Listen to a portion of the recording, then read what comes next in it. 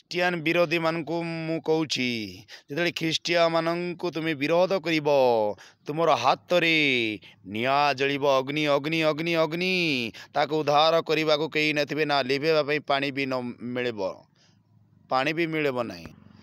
ଯେମିତି ପେଟ୍ରୋଲ ଆଗରେ ଡିଆସିଲ୍ ମାରିଦେଲେ ସେ ଜାଳି ପୋଡ଼ି ନିଆଁ ଶିଖାରେ ଜଳିଯାଏ, ସେମିତି ଖ୍ରୀଷ୍ଟିଆନ ମାନଙ୍କର ଦେହରେ ଯଦି ହାତ ଦେବ ସେମିତି ଅଗ୍ନି ଶିଖରେ ଜଳିବ। ତୁମେ ଜାଣିନ ଖ୍ରୀଷ୍ଟିଆନ ମାନଙ୍କର ଶକ୍ତି କେତେ ପାୱାର ଆଉ କେତେ ପାୱାରଫୁଲ୍।